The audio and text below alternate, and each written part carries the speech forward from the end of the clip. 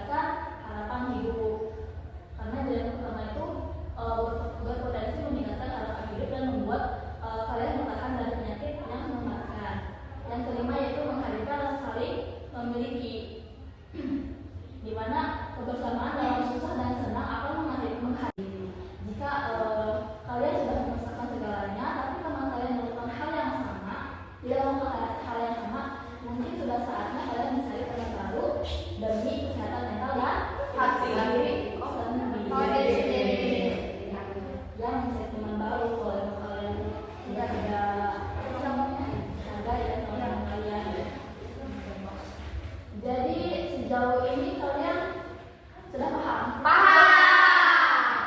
Coba ibu mau minta satu orang dari kalian untuk menjelaskan aja yang kalian pahami dari bimbingan kelompok ini. Satu orang aja, apa aja tadi poin-poinnya.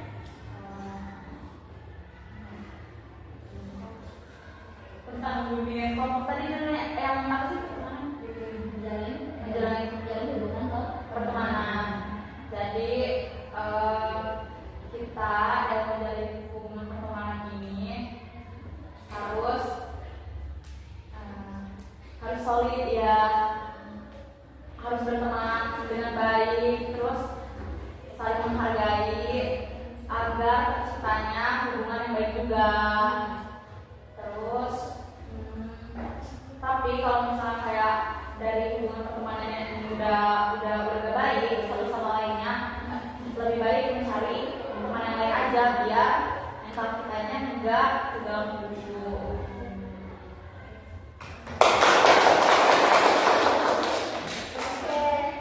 Selanjutnya ibu mau minta kalian kasih pesan dan kesan sama kalian yang mengikuti bimbingan kelompok ini. Apa sih pesan dan kesannya gitu? Satu dari sini Kesannya ya, pesan buat iya ibu selama mengikuti kegiatan apa aja. kesannya aku jadi apa ya? Jadi paham, jadi mengerti gitu ya. Apa sih bagaimana cara menjalin pertemanan yang positif, yang baik. Terus kesannya apa ya? Kesannya kita harus membangun pertemanan yang baik, yang positif, biar apa sih namanya, kayak positifnya itu gimana ya? Kalau kita menjalin pertemanan yang baik, yang positif, nanti positifnya itu kembali ke diri kita sendiri juga gitu. Dan kalau kesan sama kesan aku, kesannya itu aku belum kesannya itu aku mengetahui apa yang belum aku ketahui tentang pertemanan, karena aku nggak tahu ya, aku punya pertemanan itu biasa aja teman aja, nggak ada norma-normanya gitu. Tapi setelah diajarkan oleh ibu tadi, jadi aku udah mengerti sedikit. Kalau kesannya itu terus menjadi teman aku ya. Selanjutnya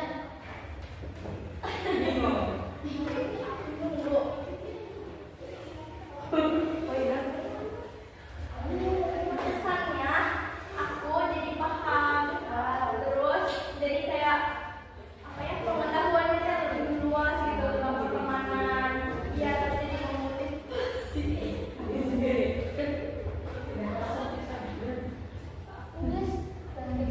Misalnya ya boleh udah ya sama aja. Kesannya itu aku tuh dapat mengerti gitu ya tentang etika pertemanan, tentang menjalin hubungan teman yang baik ini bagaimana. Terus kalau kesannya itu bisa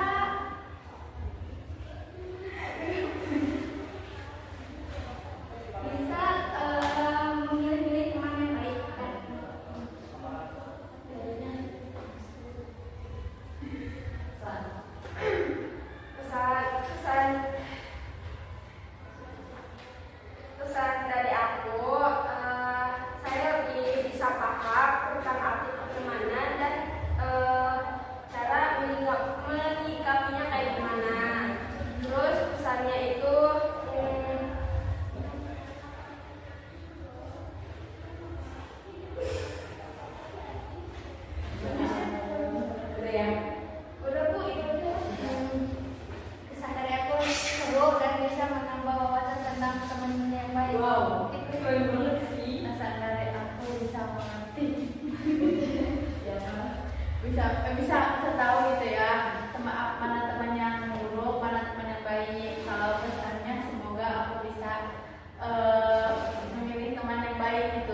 menjauh-jauhi teman yang buruk. Tapi